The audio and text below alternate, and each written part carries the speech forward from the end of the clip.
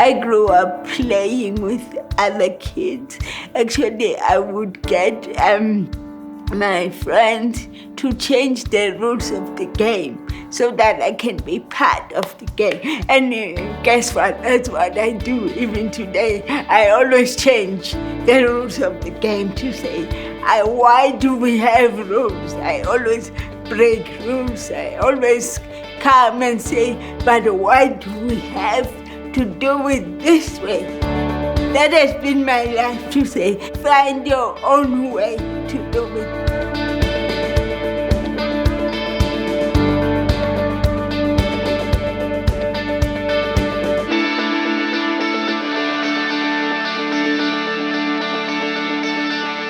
I can never overcome cerebral palsy. I can never accept, and that's the thing about it. I don't accept my disability. I just embrace it. Okay, go. 1. I've embraced that it's part of me. Come on, show me.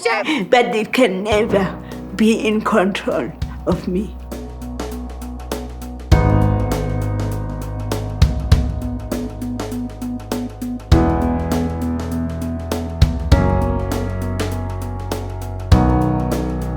Yeah, getting my matric was hard. I failed twice because they couldn't see my handwriting. Everyone treated me like it's my fault. And the challenge was that I couldn't do my exam orally. Until eventually it was decided when I was attempting the third time that I would write and sit with somebody, tell them what I wrote, and they write. That's how I got my matric.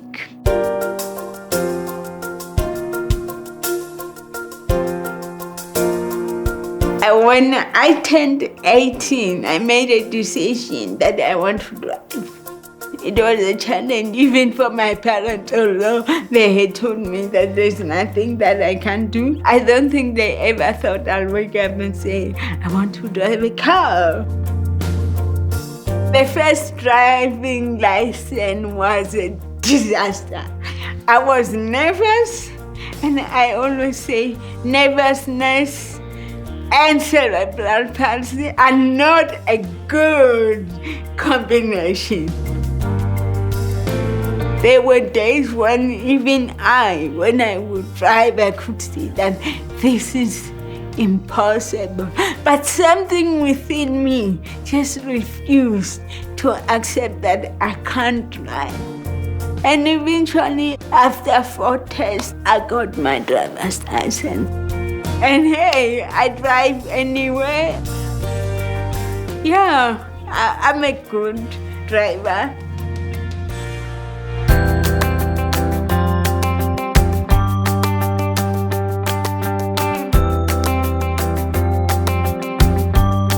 Being in the media myself, that's part of being visible. The reality is being a black woman with a disability in South Africa, you're basically invisible. Every day you try to say, but I'm here. So you're always seen as others. It's a daily struggle to try to be visible.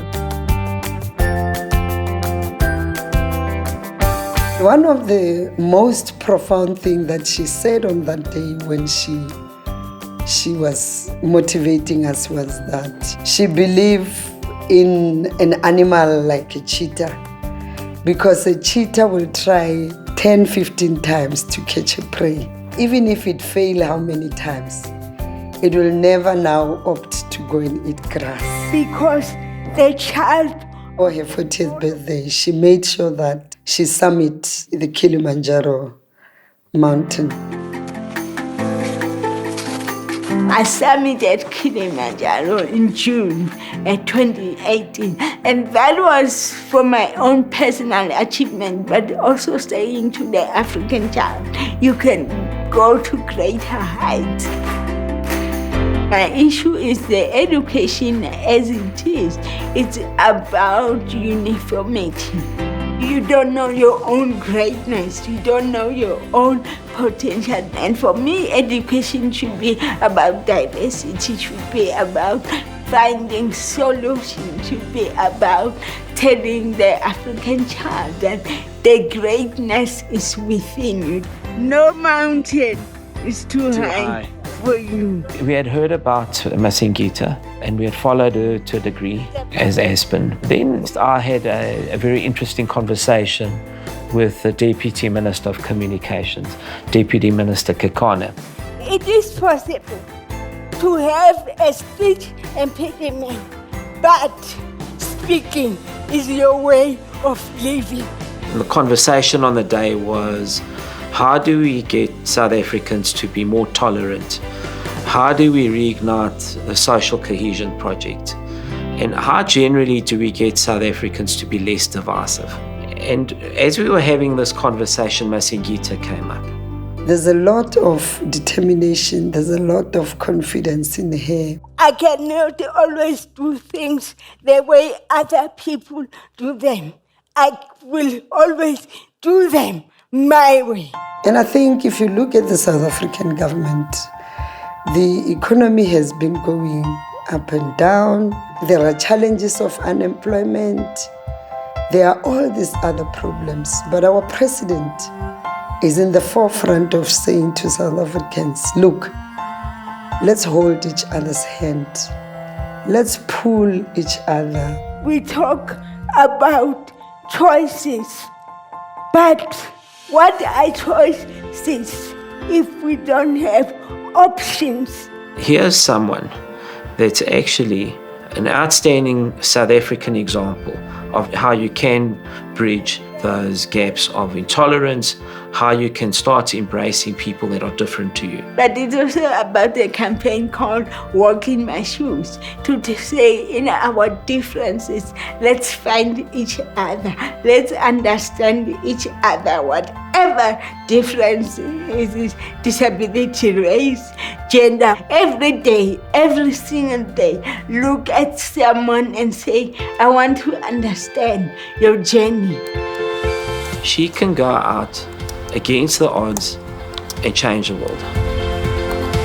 And I think the more people she begins to convey her message to, the better the world will be.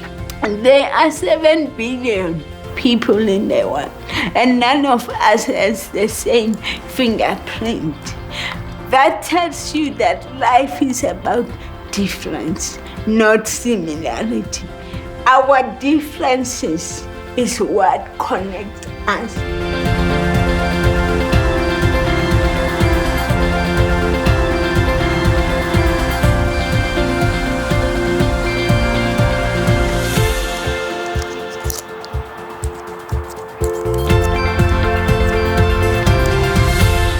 Cape to Cairo is about going from Cape to Cairo to break barriers, but it's also saying, let's come together as a continent because we are not the same. Most people with medical disabilities and impairments are asking society to help them.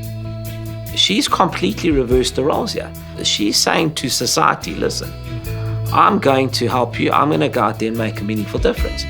And say to those women and children that your hardships are my hardships as Masingita. Walk in my shoes.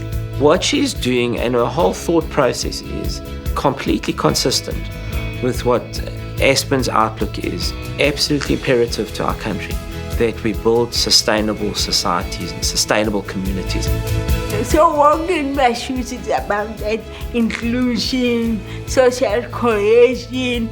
It's about peace, reconciliation, coming together as a nation, but not as a nation as in South Africa, but as a nation as Africans, and celebrate our differences and connect with those differences to say, I need you, you need me. We can't grow an economy, we can't solve unemployment. We can't solve poverty unless South Africans are socially cohesive. And she's a fantastic role model in generating that message that can spark social cohesion again in our country.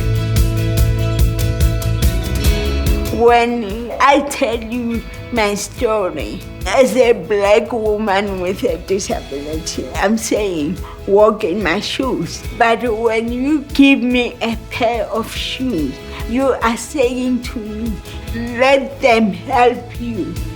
Let's use that to build and heal our nation and our continent.